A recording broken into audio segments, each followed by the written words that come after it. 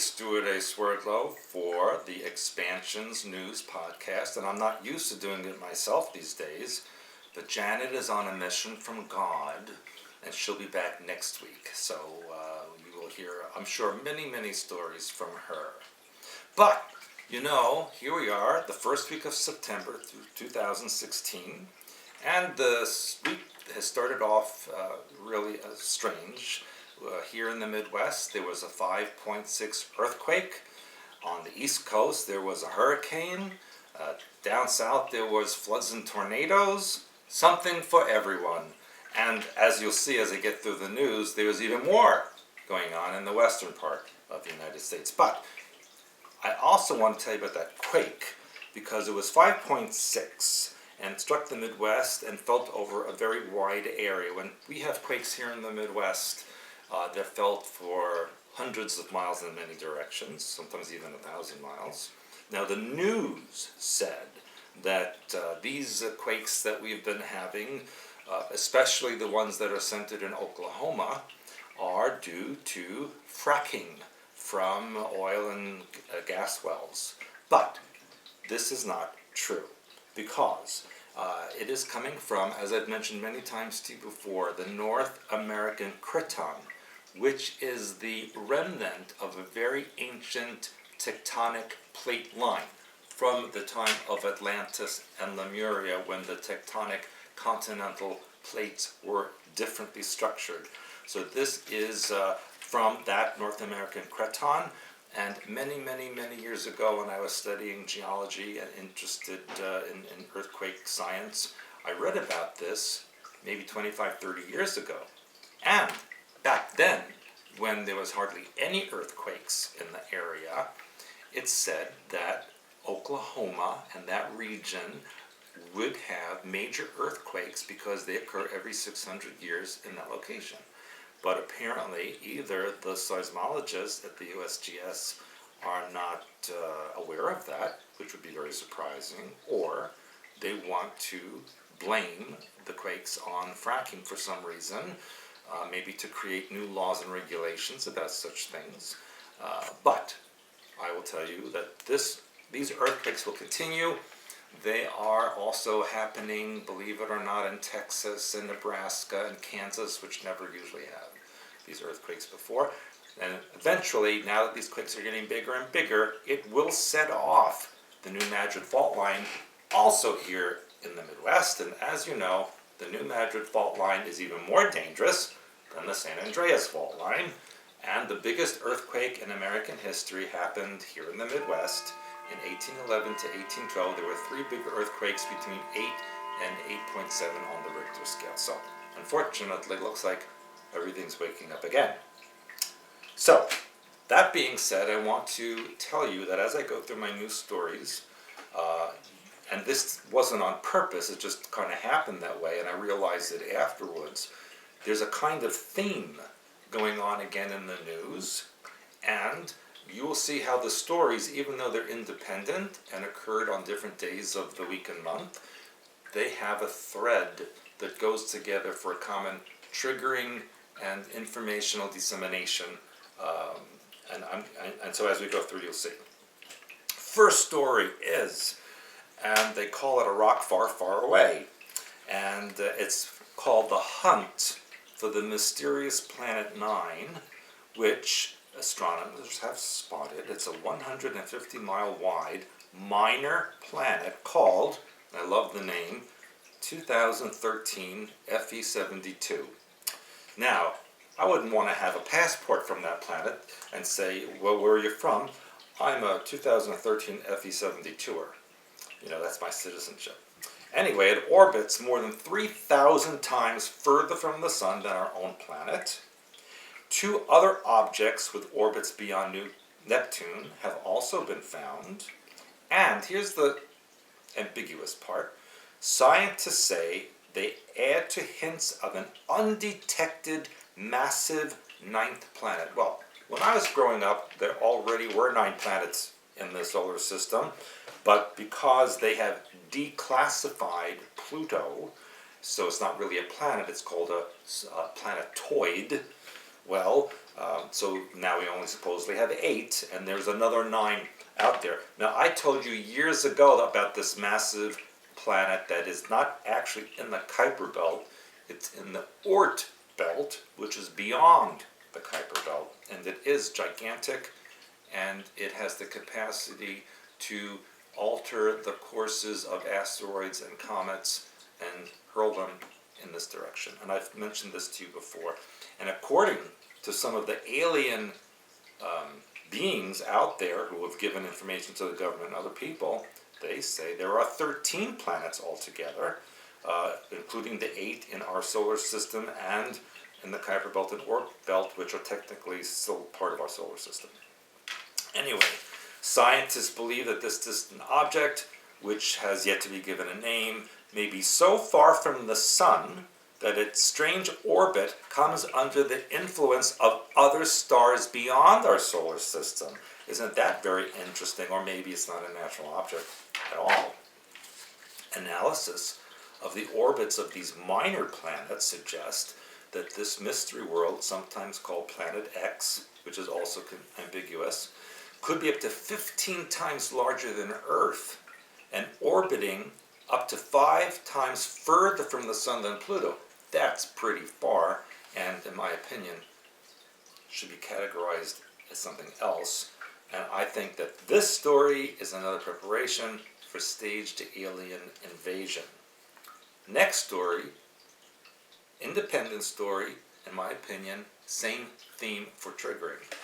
And this one says that a solar storm could destroy the planet Earth unless we create a massive magnetic shield to protect the Earth, warns these experts. They never, who are these experts? Well, one of them is called Joseph Pelton from the International Space University.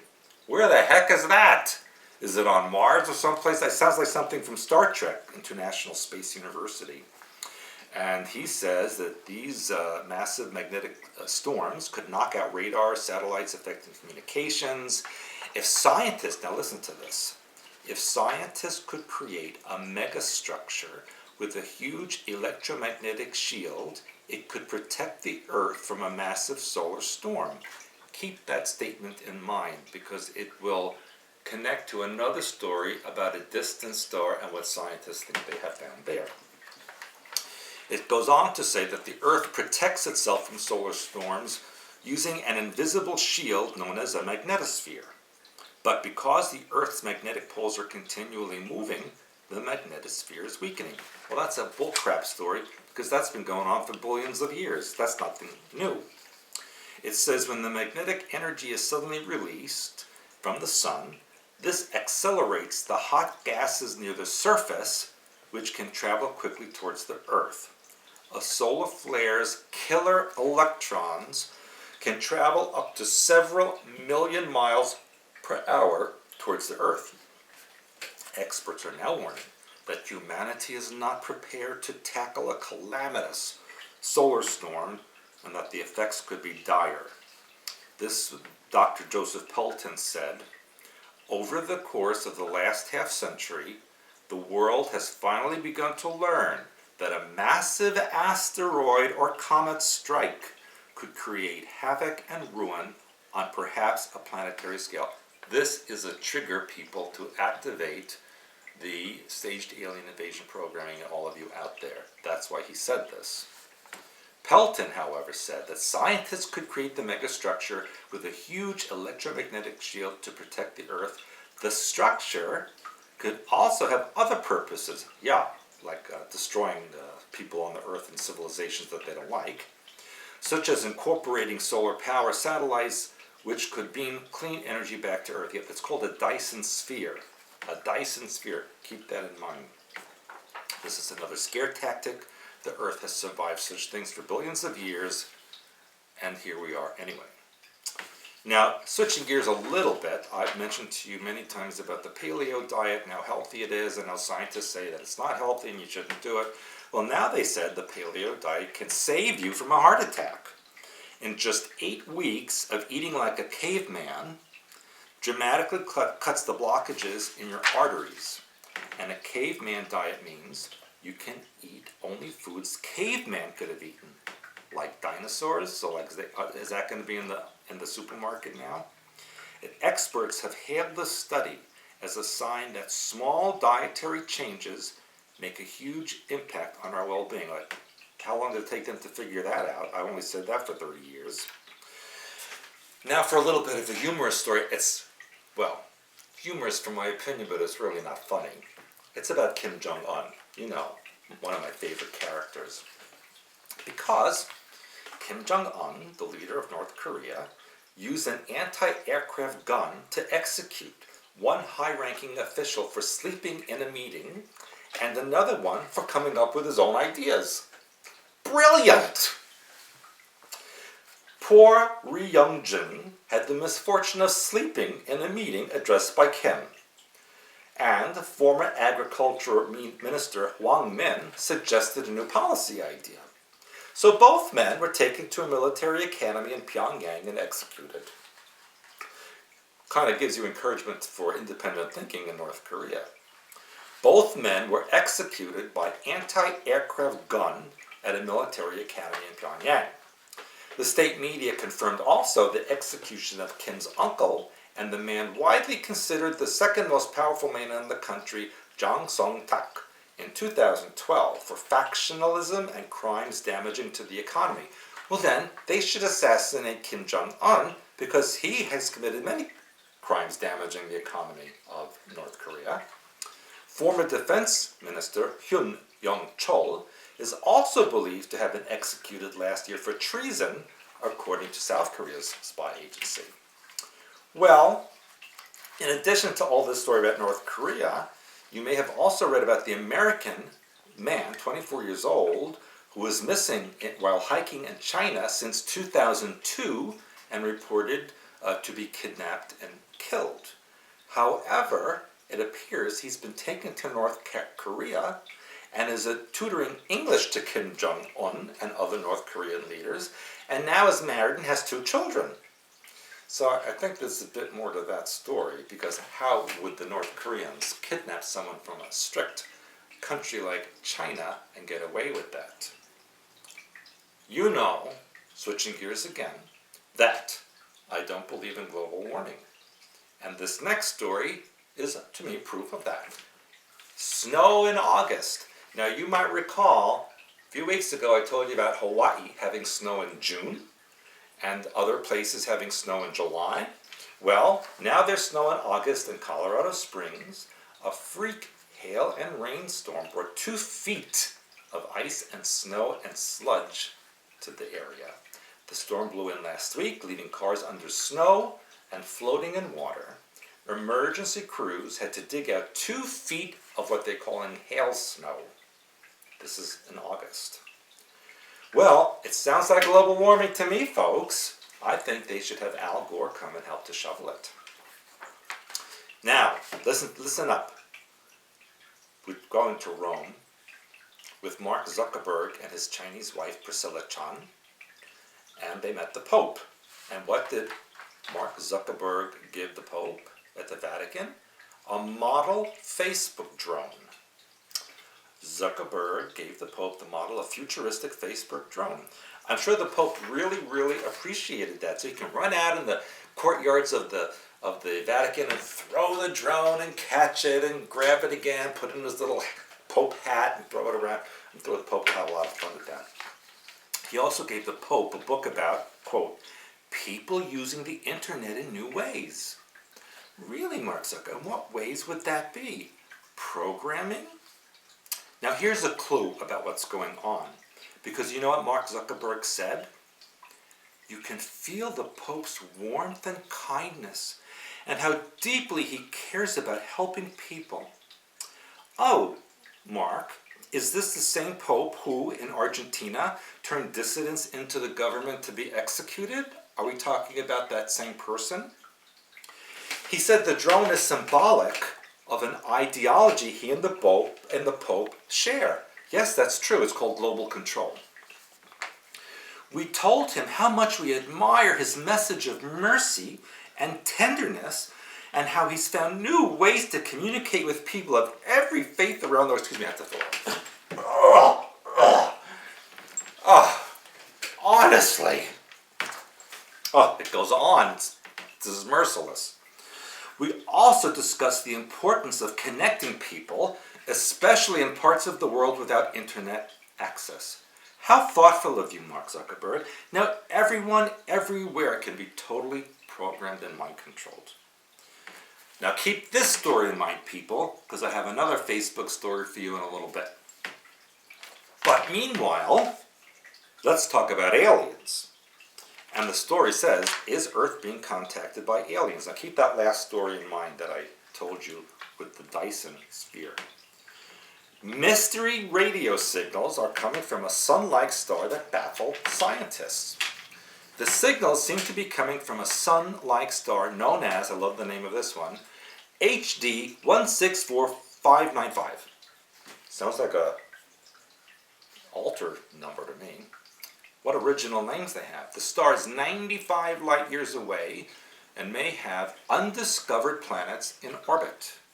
Scientists say signals may simply be the result of a natural phenomenon. Of course, they're not going to admit to things. One possibility is microlensing, in which the star's gravity focuses signals coming from further away. And how is that going to be done? Technology, perhaps? They go on to say, now here's where it gets interesting. Working out the strength of the signal, the researchers say that if it came from an isotropic beacon, whatever the heck that is, it would be of a power possible only from a Kardashev Type 2 civilization. What the heck is that? Goes on to say, if there are any intelligent alien life forms out there, Stephen Hawking thinks we're playing a dangerous game by trying to contact them. Brilliant, Stephen! The physicist believes if aliens discovered Earth, they're likely to want to conquer and colonize our planet. You're too late, Stephen Hawking! But co-founder and former director of the SETI Institute, I love this one, Jill Tarter, doesn't think that will be the case. No, Jill says any aliens who have managed to travel across the universe will be sophisticated enough to be friendly and peaceful, just like Genghis Khan was when he got to Europe. The idea of a civilization which has managed to survive far longer than we have, and the fact that technology remains an aggressive one, to me, doesn't make sense. Well then, Jill, you need to quit your job and make incense, because aliens are not pleasant. Now, I'll explain the Kardashev scale. They say it's a way of measuring an alien society's technological advancement based upon how much energy it has at its disposal. I don't think that's a good way to judge it. A Type 1 civilization is given to a species who have the ability to harness all of the energy that is available from a nearby star, gathering and storing it to meet its population's demands. That's from the Dyson sphere. A Type 2 civilization is much more advanced and can harness the power of the entire star. That's the technology that we were talking about before. Type 3 is a species that has been able to master energy in all its forms. Earth doesn't feature on this scale. Duh! I don't think we're even 0. And here's the thing. It's a bit puzzling of a story, as the astronomer says. The Russians found this signal a year ago, but didn't tell anybody. Smart! Very smart Russians. So now scientists say that the signal is just interference from another star or from Earth itself. So there you have the kiss me, smack me, it's alien, it's not alien, it's this, it's that, and so it gets you all confused. But now I have another alien story for you. It's the mysterious Island near Argentina. Now this island is shaped like a perfect circle and is said to rotate on its own axis. Some alien hunters believe it is the top of an underwater alien base. And film crews and experts are trying to raise funds to study the island and shoot a movie. Okay, a film crew is going to study the island. That's brilliant. That would be like Angela Merkel trying to study Judaism. A strange and almost perfect circular island sits near the northeastern edge of Argentina, which is said to float on its own axis in the middle of a swampy marsh. Called the Eye, this mysterious land is surrounded by a tiny channel of clear water, and some believe it's a camouflage for a massive alien base that lays quietly underneath the surface.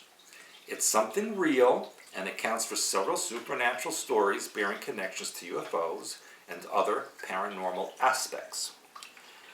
According to this report, we discovered that the water is incredibly clear and cold, something totally unusual in this area. The bottom is hard in contrast to the swampy marshes surrounding it, and the center part floats. We don't know over what, but it floats. Well, I'm sure that the US and Argentinian governments know what it is. And again, another trigger for staged alien invasion with people. It's underway already. Now, this next story is a bit controversial. So I'm just going to tell you, letting you know what's going on in the religious circles. It's a new book, which is a very interesting book. Of course, not as interesting as my books, but it's an interesting book. An American Muslim investigated the historical evidence for Islam and Christianity and discovered something he called an astounding truth. The evidence is entirely incompatible with Islam, while it is compatible with Christianity. It was not just the history that did not support the traditional narratives of Islam, but history proved to be entirely incompatible with Islamic origins. The guy's name is Nabil Qureshi, and his book is called No God But One, Allah or Jesus. A former Muslim investigates the evidence for Islam and Christianity. That's the name of the book. Qureshi, the author, quotes a scholar, Gerd Puin, an expert on Arabic of the Quran. And he says, every fifth sentence in the Quran simply doesn't make sense. At every turn, when a challenger would attack the literary excellence of the Quran, Muslims would redefine the text to protect it from scrutiny. In the end, the claim of literary excellence is subjective.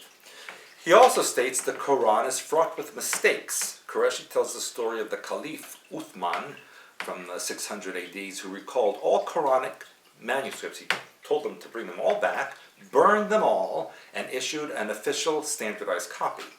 And records of dissenting Muslims persist to this day. Also, the Quran, which was originally oral, was first being written down. Some chapters were nearly lost. And there were reciters of the Quran who disagreed with the final written text. Some of the Muslim world still has Qurans with readings different from the best-known version, which is called the Royal Cairo edition from 1924. The Bible prophecies that Muslims claim to be about Muhammad are clearly about Jesus and the Holy Spirit, according to this American Muslim. For example, the word for spirit of truth in Greek is parakletos, which the Muslims claim is similar to paraklutos, which means the praised one, which is what Muhammad means in Arabic.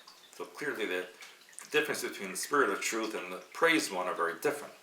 Finally, and most importantly to the author, the records from Muhammad's life are late and historically unreliable, but the image they show is not that of a virtuous leader.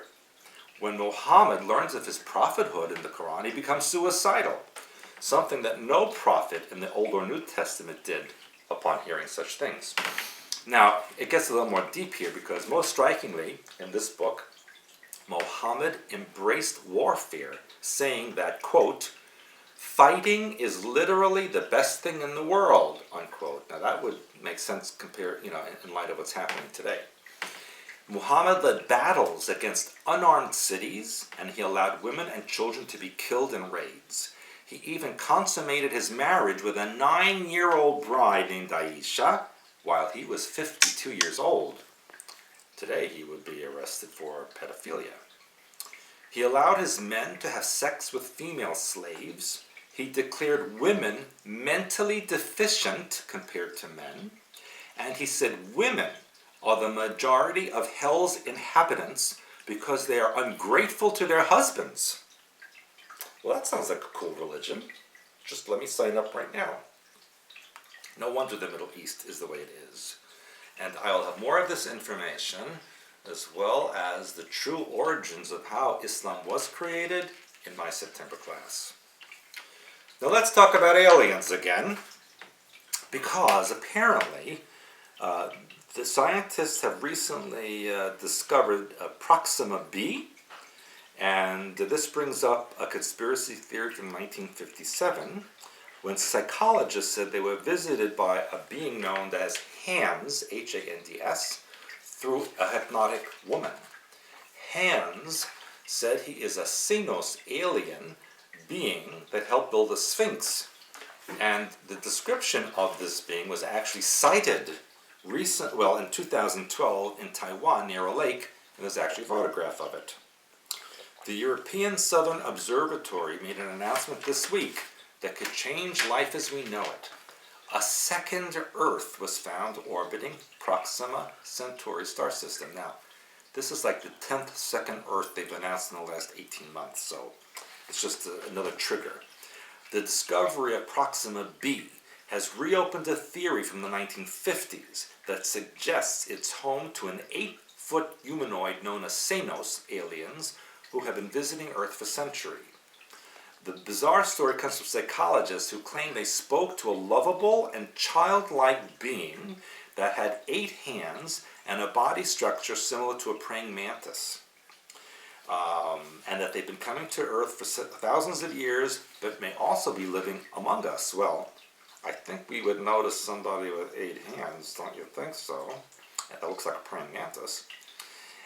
It said Hands used a woman under hypnosis to reveal himself as an alien to a team of California psychologists in 1957. The creature claimed to be from the Alpha Centauri star system and is a lovable and childlike but huge being with dome-shaped body and 8 hands with an intelligence that was perhaps somewhere between that of a human and a dog. Then how did they build a frickin' Sphinx? Hands also explained that he and the rest of his 8-foot humanoids had multiple hearts that are 5 times stronger than normal humans. Xenos aliens do not sleep, nor do they suffer from diseases, and they can live up to 120 years. Well, I know people like that. The book also describes these creatures as visiting Earth during World War II and helped Earthlings build the Sphinx, Mayan pyramids, and other puzzling monuments on the Earth. But they're only smarter than a dog. Maybe dogs are smarter than we think. Well, that's probably true. The Taiwan Ufology Society made a public statement that the photograph that they took in Taiwan by the lake is to be a large alien creature with a transparent body walking in the distance. Now, a guy from this UFO society, Scott C. Waring, also from UFO Sightings Daily, picked up the sightings in 2013, saying experts at the Taiwan Society are stating that it is real, that it is 250 centimeters tall, has the head of a praying mantis, and is looking directly at the person taking the photo. Locals in the city of Taitung in Taiwan are saying they believe the small round lakes to be an entrance to underground alien bases. And I've heard that when I was in Taiwan. And these kinds of stories, people are in the news every day now. Again, staged alien invasion triggering. Now, let's go back to Mark Zuckerberg. Remember the Pope story? Well, Mark Zuckerberg is very deeply disappointed by the loss of his $200 million satellite that would have beamed internet across Africa in SpaceX explosion. But he says not to worry because Facebook's drones could take its place. The rocket exploded during a static fire test early at Cape Canaveral a few days ago. It was called Facebook's Amos 6 satellite that would have widened internet access and cost $95 million to develop and was due to beam connectivity across Africa including 14 countries. Why Africa? They don't even have shoes in some of those countries. Well, he says, we remain committed to our mission of connecting everyone, and we will keep working until everyone has the opportunity this satellite would have provided. I'll translate. What he's really saying is, we will cooperate with the NSA so that all humans are programmed. It said that the SpaceX, there was an anomaly on the pad, resulting in the loss of the vehicle and its payload. Now get this, people, here's the big clue. The plan was to use the Amos 6 satellite from an Israeli company, Spacecom, to beam internet connections directly to smartphones in southern, west, and east Africa. I've been to those places. Those people don't have food, let alone cell phones. Remember Netanyahu's visit to all these places in Africa just last month. Something's going on with the Israelis and the Africans and Facebook, obviously. But back in October, Chris Daniels, the head of the Internet.org initiative, said they were looking forward to partnering with Eutelsat on the project. Now that's a European-based organization. Facebook's mission is to connect the world, and we believe that satellites will play an important role in addressing the significant barriers that exist in connecting the people of Africa. Again, I'll translate. It means that they need to intensify their efforts to program dark-skinned people who are not so easily programmed. But here's the good news, folks, because the satellite destruction was KB, Kuiper Belt sabotage, and there will be more, just like there was at CERN. So, no, Mark Zuckerberg, you're not going to connect the whole freaking world.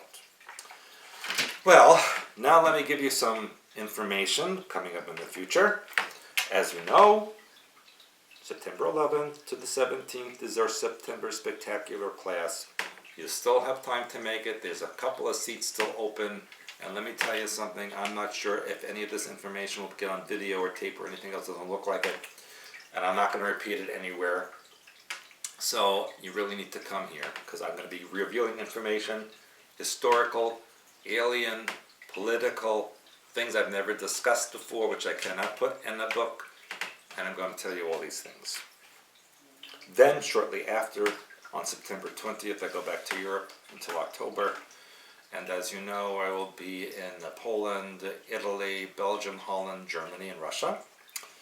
And then, remember, we have our webinars every Wednesday evening. Sign up for those. Then I go back to Europe. First I go to Tucson to the Transformational Shift Conference. And then, from there, directly to New York, Ukraine, Armenia, Poland, back to Russia, then Poland, then back to Italy. And where do I go after that from Italy?